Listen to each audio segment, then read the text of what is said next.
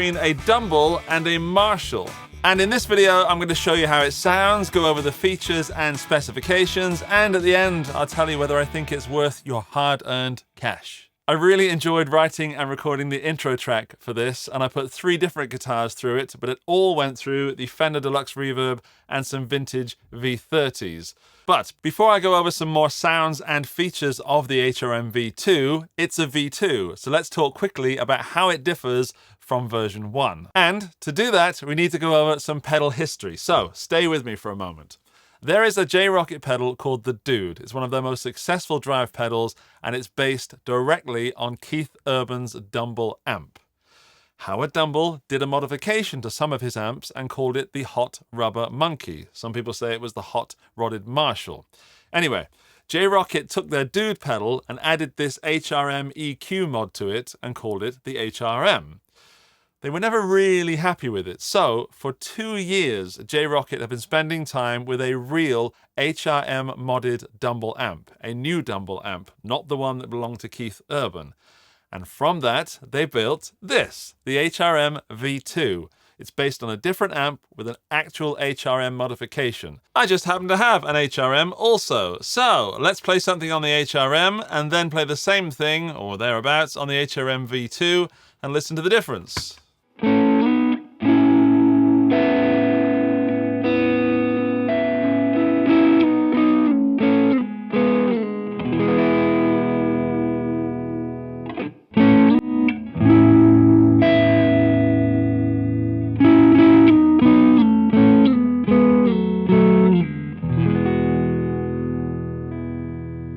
That's just a quick test with all knobs at 12, but the HRM V2 seems to have more warmth, is more rounded, and has more output than the original HRM. Let's try something a bit more low gain, see what that sounds like.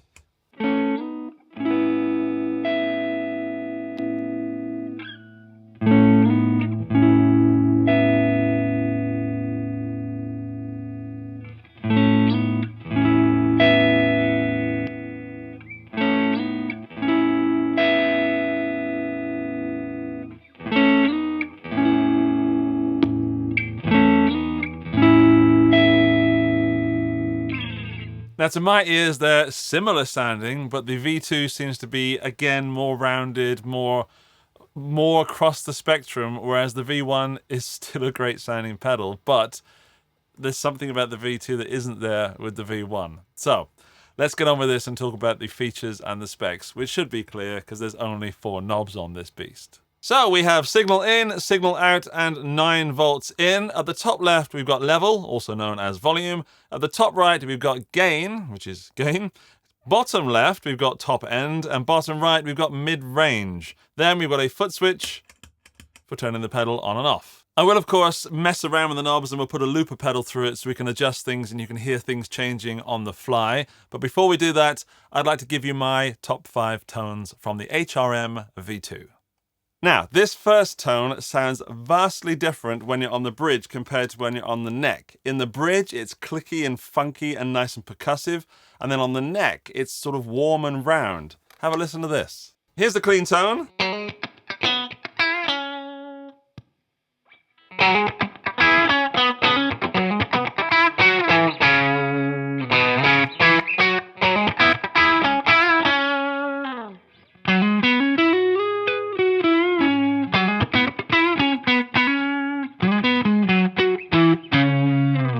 Vastly different on those two pickups.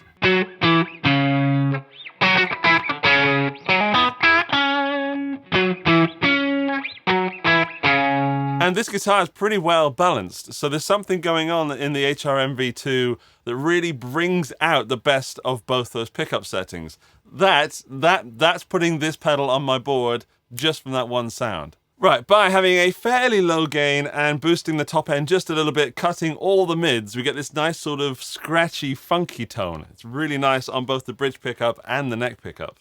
So here's something with the gain barely on. So we've just got it under 1/4, and I'm even bringing back the volume a little bit and boosting the mid-range for this nice warmth.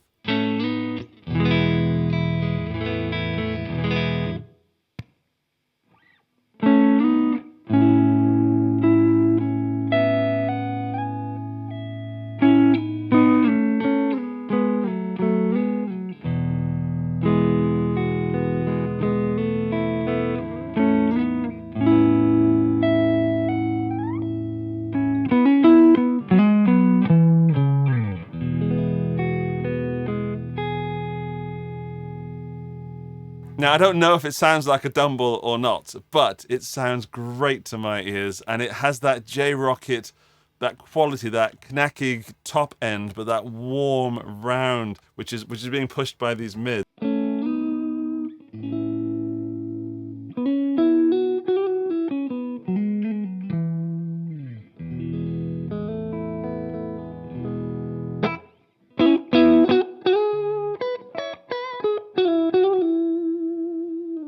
It's just beautiful. It's an absolute joy to play, and I kind of actually want to boost that gain just a little bit just to play that again.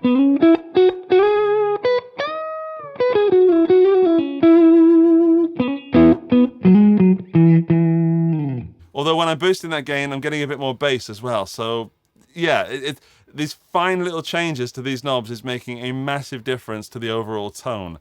There's a lot going on in between there and there, like a hotel room shower.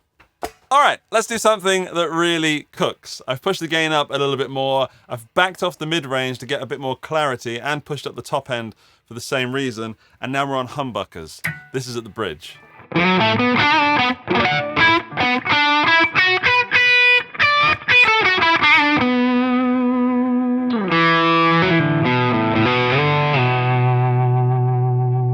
This is super amp-like and very responsive when you back off with the pick.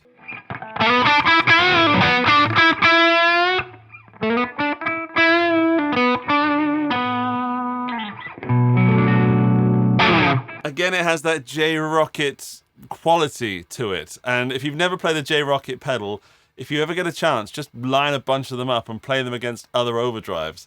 And there's something about 𝗬𝗏𝗔𝗕𝗏𝗏 pedals that is consistent throughout the line that just, like, I've got the 45 caliber always on my board.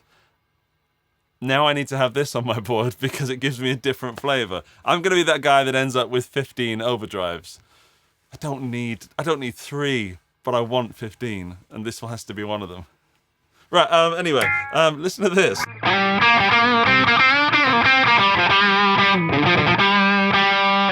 How good is that? How bright and attacking is that?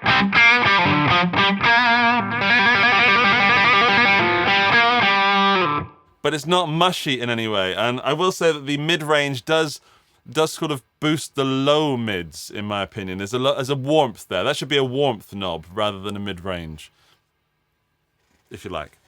Right, another one. Okay, let's do something on the neck pickup of this that is round and almost fuzzy. And I should point out that I don't look at the knobs when I set these top tones. I just play with them blindly, which I think is key in finding sounds, because this pedal has several sweet spots, and this is one of them.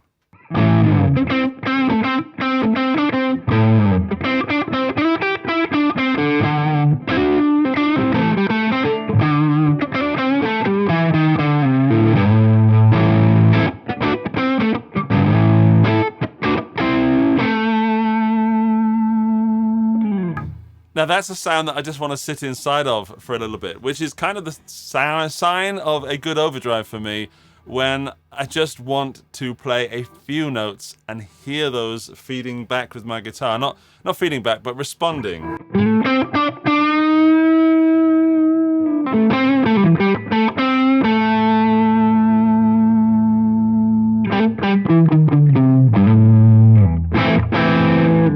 Yeah, it's very amp-like. I've probably said that several times in this video, but it is extremely responsive, and it loves neck pickups and bridge pickups, which isn't always the case with some overdrives. So here's a setting where I've almost maxed the gain. So there's max, and then I brought it back just a smidge. I'm boosting the top end, and I'm cutting the mid-range just a little bit to give me a sound that I never thought I would get from a Dumble-style pedal. Listen to this.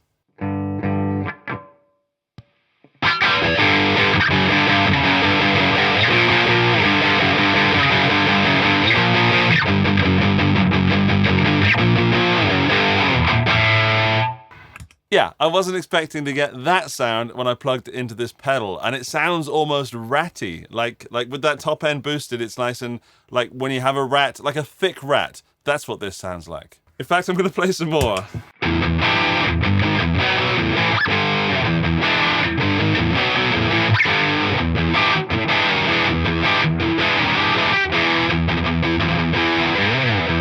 Right, let's put a loop on and explore these knobs.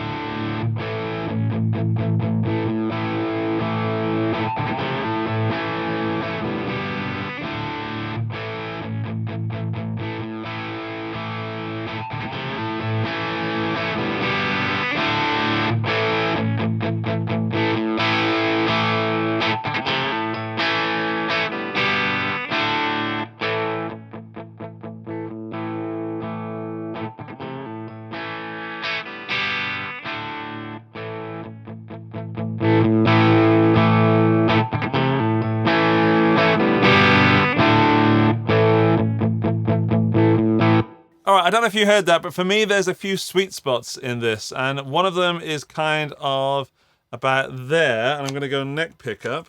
Yeah.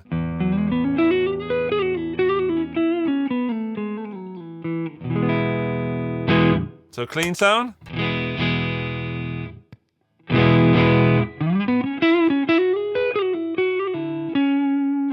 It's giving it that round, martially sort of tone, and then if we just give a bit more mid-range.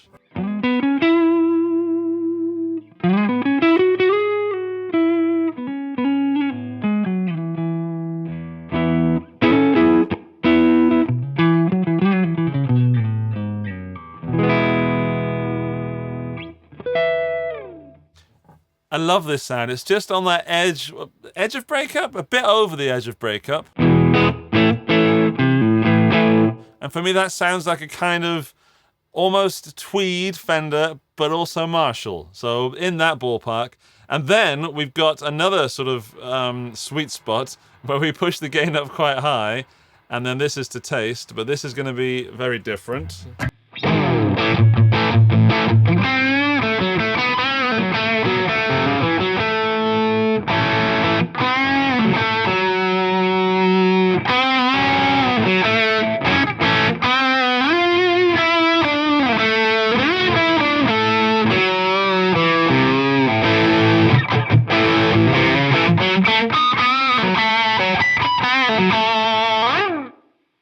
I'm really into this pedal. I know that my face may not be saying that. I'm quite deadpan when I'm doing this, but I'm listening so intently because I love J-Rockett pedals, and I'm always trying to find something that I don't like.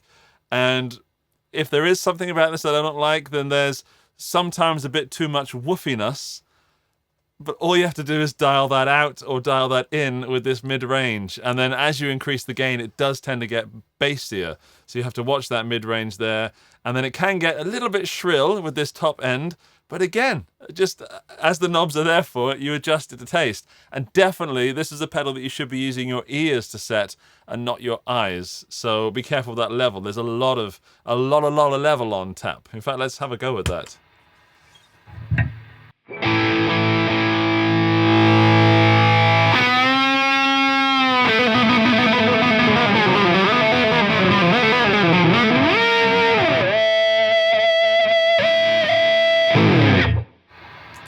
There's a lot there. If I were a shredder, I could definitely shred something out of this, but I'm not, so I can't, so I won't. Let's talk about the design of the pedal for a moment. I think it is absolutely gorgeous. It's made in this pretty standard now J-Rockett enclosure, which is metal, it's heavy, it's a well-built, feeling expensive kind of pedal. This is definitely the opposite of a Behringer pedal. By which I don't mean that Behringer pedals are bad. There are some stonkers, and the fuzz is blinding. However, when you pick up a Behringer pedal, you can kind of feel that it's a budget pedal. This, when you touch it, when you pick it up, when you look at it, you can just tell that it isn't cheap. In fact, it's coming in at $229 on the Sweetwater site, and there's a link in the video description to there if you want up-to-date, absolute accurate pricing. I'm guessing that at Thomann it's going to be around €250, and at Anderton's maybe £220. Again, links in the video description for absolute up-to-date accuracy. As I've said, I've never played a Dumble. I have played many Marshalls in my time. This doesn't sound like a Marshall. It does sound like some sort of Fender-y Marshall with some kind of top end going on, some sparkle that I'm really enjoying. So to sum up this review, I'm a massive fan of J Rockett pedals. I have the 45 caliber on my board as my main drive, and this HRM V2 is now going to go next to it as an alternative drive. I love how this pushes through the mix, and you've got that top end zing that you don't get from the 45 caliber, but that being a more Marshall-y plexi sound gives you that wonderful Marshall roundness. This one has extra sparkle that I really, really like. So because we have the V2 of the HRM V1 is probably going to be cheaper on places like Reverb.com. And this is good news for everybody, because if you've never played a J Rockett pedal and you want to pick up a bargain, maybe seek out an HRM V1. If you have an HRM V1 already, maybe sell it and get the V2. If you have lots and lots of money and you just want to trust me and go for it, get the V2. I've had an absolute blinding time with it, and as I said, this is going on my board, and it will probably stay there as long as the 45 caliber has. There are links in the video description for up-to-date pricing. There is a button there to click if you want to subscribe to the channel. I want to know what you think of the HRM V2. Please let me know in the comments section, and I will see you in the next one. Bye-bye!